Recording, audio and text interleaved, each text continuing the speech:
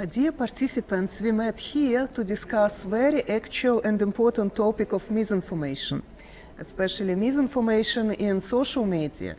But before we dive into our discussion, it would be good to hear from you. What do you think misinformation is? Maybe we could start with the definition. Yeah, thanks so much. I think for me, misinformation would probably be a bias and a one-sided potential perspective, either derived by one's norms, cultural beliefs, I guess, or information that they're deriving in general. Sure. I would say misinformation is broadly defined as anything that is misrepresenting the truth. So whether it is blatantly false information, or if it is data that is represented badly, or like opinion that is misconstrued as fact. Broad definition, but that's okay.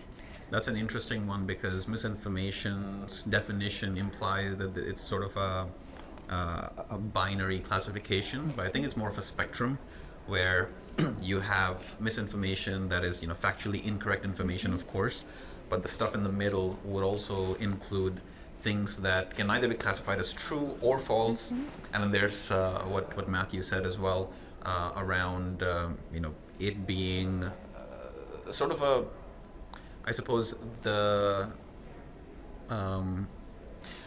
bias that she was talking about. I think that's definitely one key way of thinking about it. But I think just having information that is incorrect, that in itself isn't the complete information, because you have factually, factual stuff, right? But they can also have narratives attached to them. And a narrative is how the world operates. So I wouldn't say that just because the narrative is changing, the underlying information is changing. It's a lot to do with the impact as well. What is the aim of adding that narrative to the information?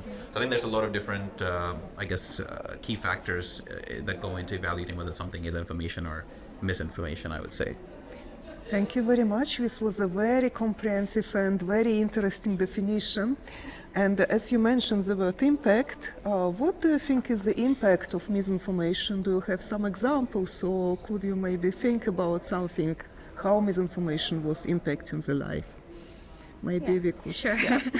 I think definitely one aspect of impact would probably be a silos thinking. So determined by a group of people who have similar thinking based on, I guess, the information that they're receiving either via social media or their relevant sources. And I think that forces you to not have potentially your own opinion or your own criticality when receiving information. And I think aspects of broadening one's knowledge, learning, researching more, talking to more diverse groups of people, I think is definitely critical.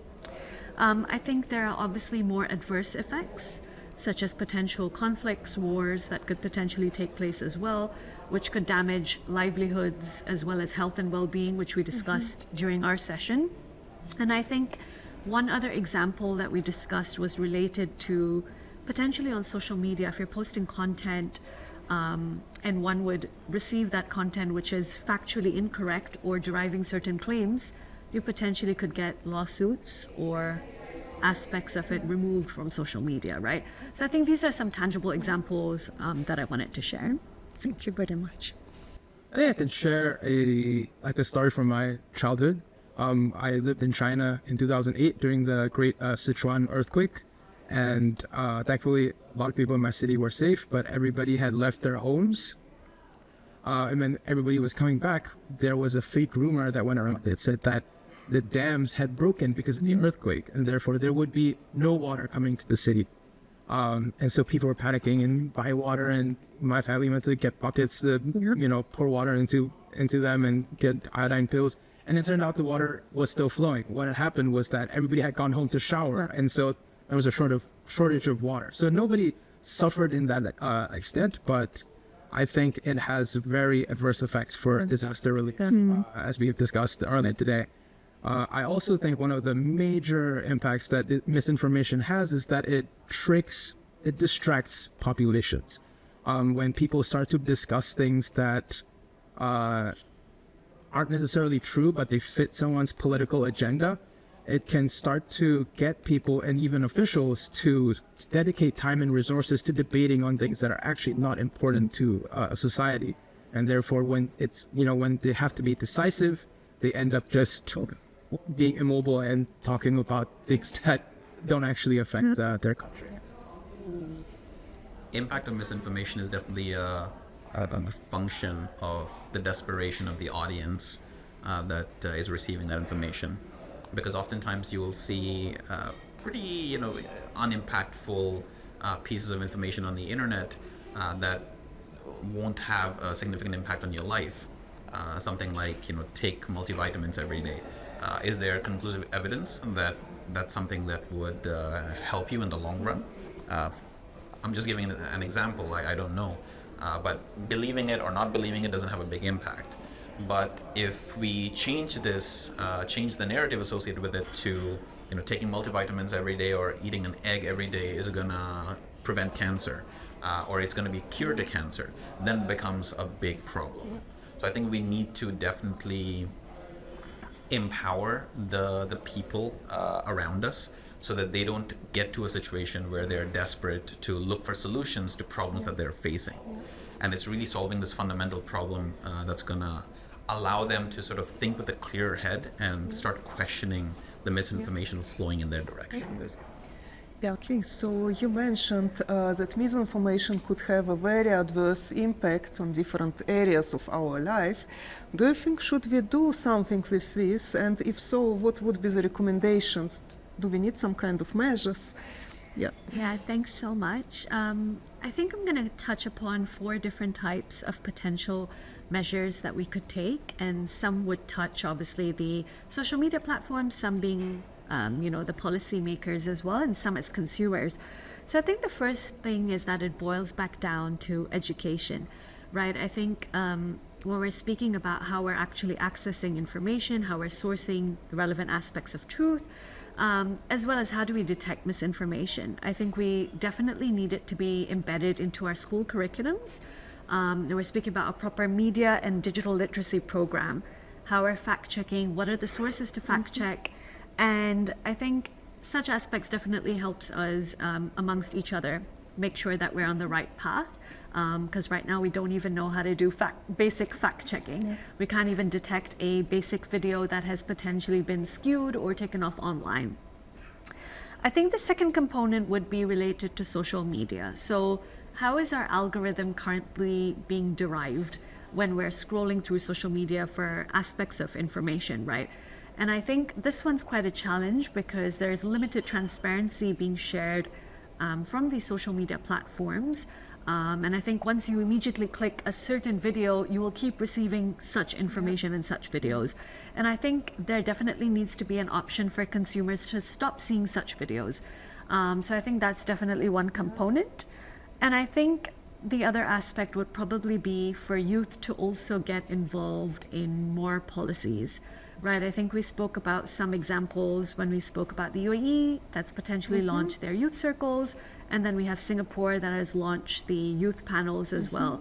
And I think that keeps us very informed of the government policies that is taking place, especially when we're speaking about technology or, for that matter, accelerating, let's say, climate crisis or sustainability for that matter, which are all interlinked.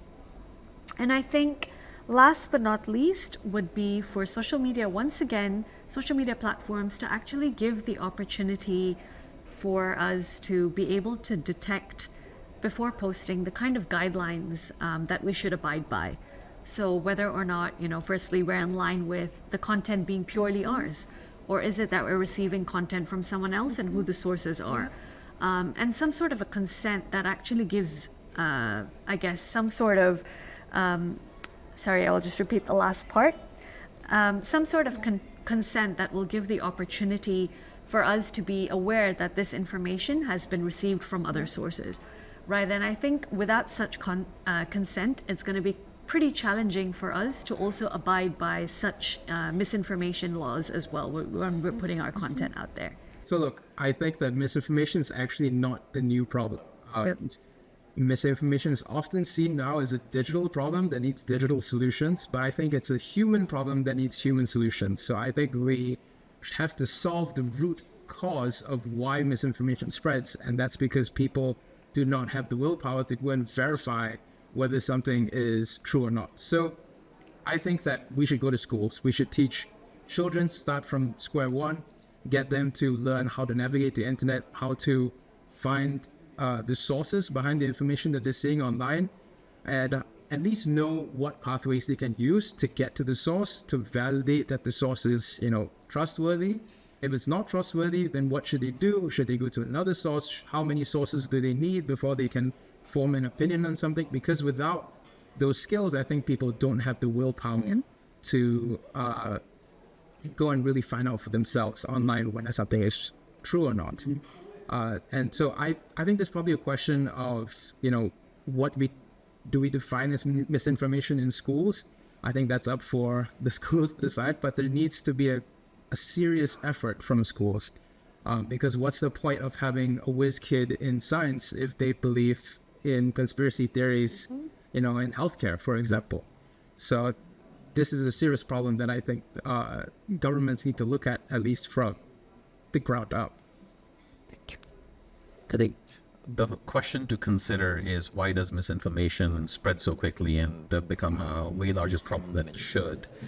Because misinformation with one person is very different compared to misinformation with thousands or tens of thousands of people. And that's because generally misinformation is sensational, it's easy to forward to other people, and it makes people think that they have access to privileged information that others do not.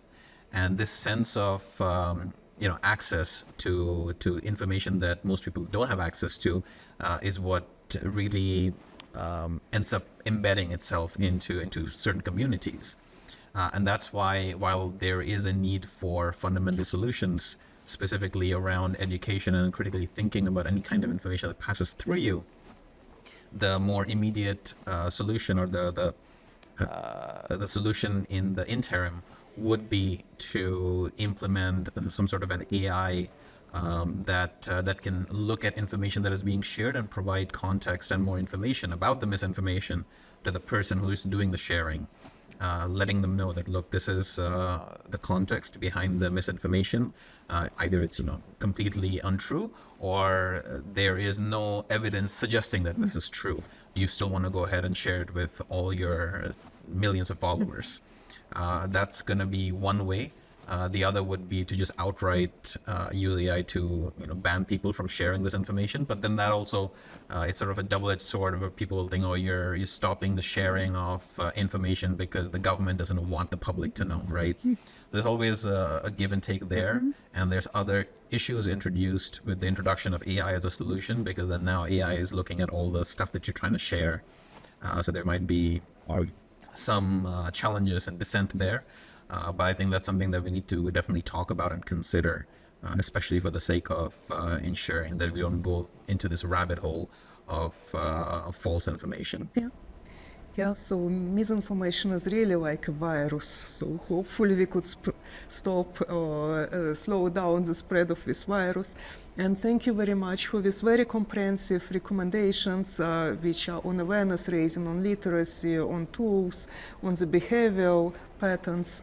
They will form the parts of the framework to deal with misinformation. And hopefully we will be successful with this. Thank you very much. Thank you. Naga, thank you.